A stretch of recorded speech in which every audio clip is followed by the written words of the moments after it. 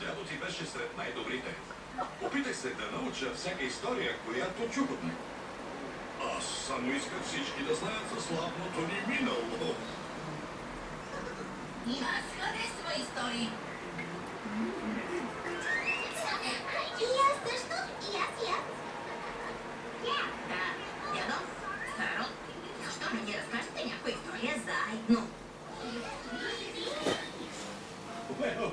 Ами, може и да си припомним една-две истории. Знаете ли как дълговратите се здобили с името си? Да, заради дългите вратове. Да. Всички го знаят.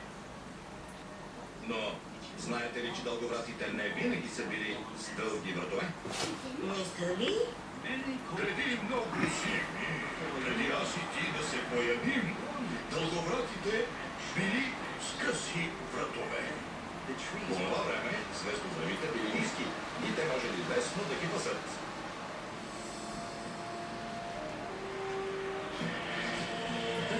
Дърветата пеели на светлия кръг всеки ден, докато той минавал по небе. Светлия кръг толкова харесал, Виж как че пожълтяха. се пресегнал и издърпал дърветата нагоре. Виж как се отцветиха, бе. Не бият се. Опак. Биха се така. Но дърветата станали твърде високи за късите вратове на дълговратите.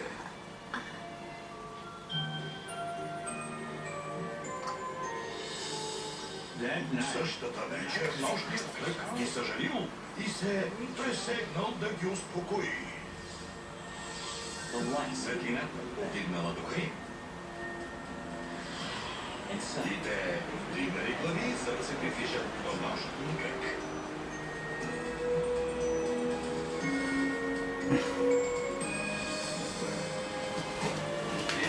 Среди да разберат, вратовете им се разтегнали достатъчно, за да стигнат отново звездодрава.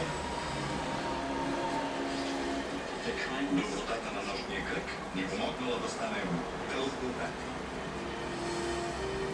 И така дълговратите се здобили с дългите си вратове.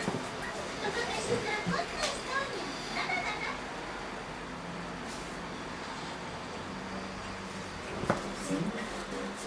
От всичкото това говорене за звездодръв, Скайфайр пладня.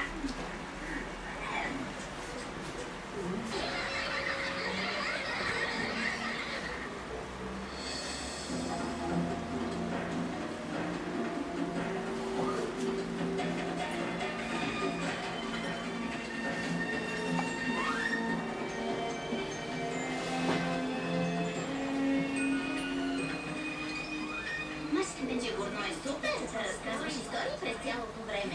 Истинска чест е да разказваш великите истории, а също и важна работа. Но много дълговратите са започнали да забравят тези истории. Точно за това трябва отново да станеш разказвач. Какво да стана? О, не мисля. Идем да ги разгоним. Разказваме на всички историите за дълговратите. Същото едно време. Звучи като добра идея, но